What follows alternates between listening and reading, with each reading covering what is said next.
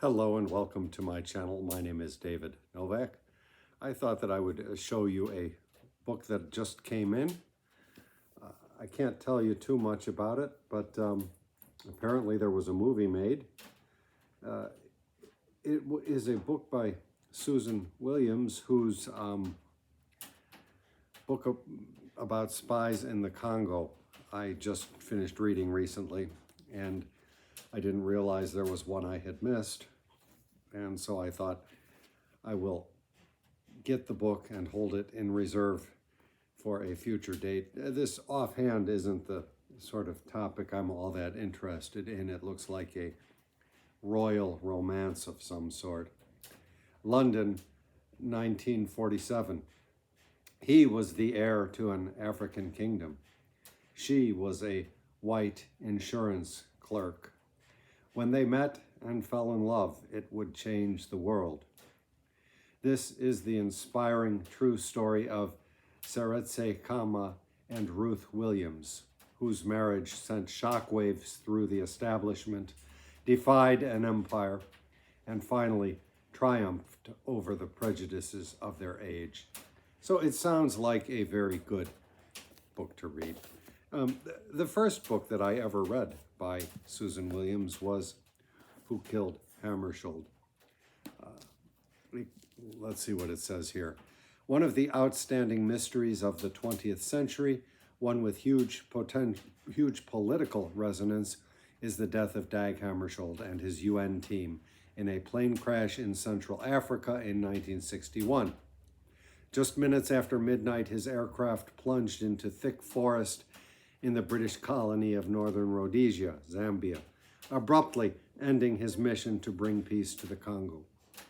Many around the world suspected sabotage, accusing multinationals and the governments of Britain, Belgium, the USA, and South Africa of involvement in the disaster. These suspicions have never gone away.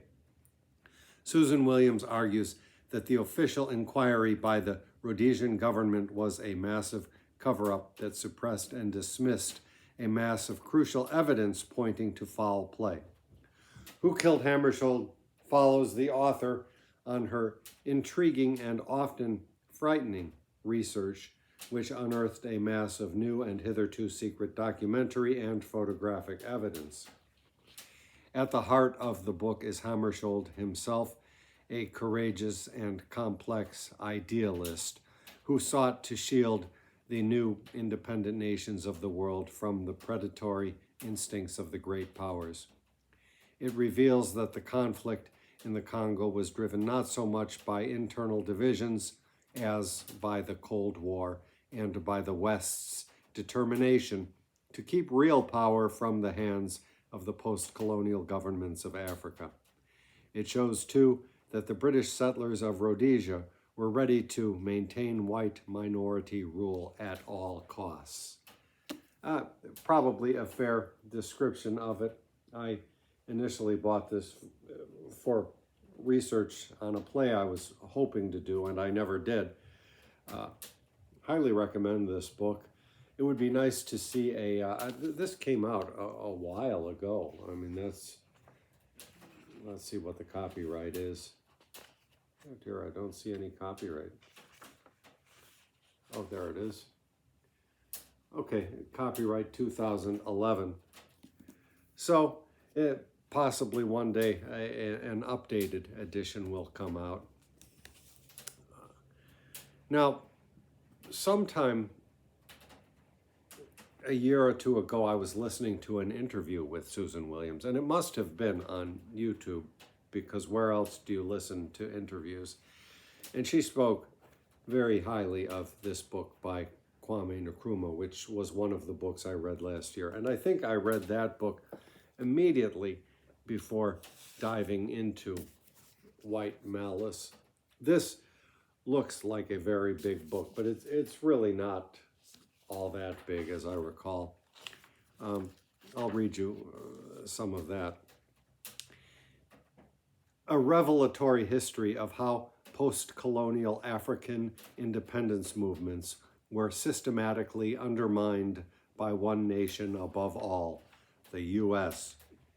In 1958 in Accra, Ghana, the Hands Off Africa Conference brought together the leading figures of African independence in a public show of political strength and purpose.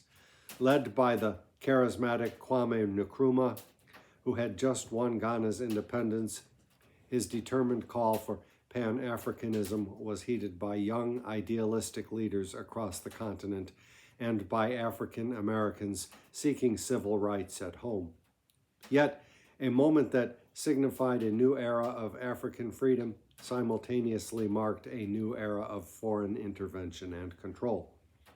In White Malice, Susan Williams unearths the covert operations pursued by the CIA from Ghana to the Congo to the UN in an effort to frustrate and deny Africa's new generation of nationalist leaders. This dramatically upends the conventional belief that the African nations failed to establish effective democratic states on their own accord. As the old European powers moved out, the U.S. moved in.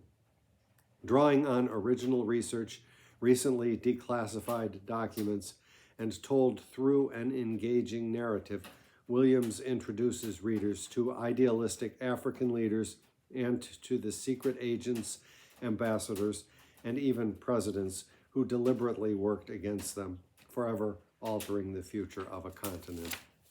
Now, after having enjoyed this book so much, there's Lumumba. This is another one of those books that does not give you a separate section of glossy pages for the photos. After reading this book, I picked up Spies of the Congo, which is the most recent book that I've completed, and I've done videos about it. So I won't go into much detail about this, but I had not intended to read this one until it turned out that there was an event in November, World War November, and this fit in. No, it's a different event,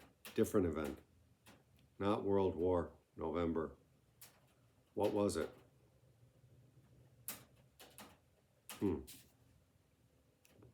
Maybe just nonfiction November, and I decided to back up my World War November with this. I don't know now.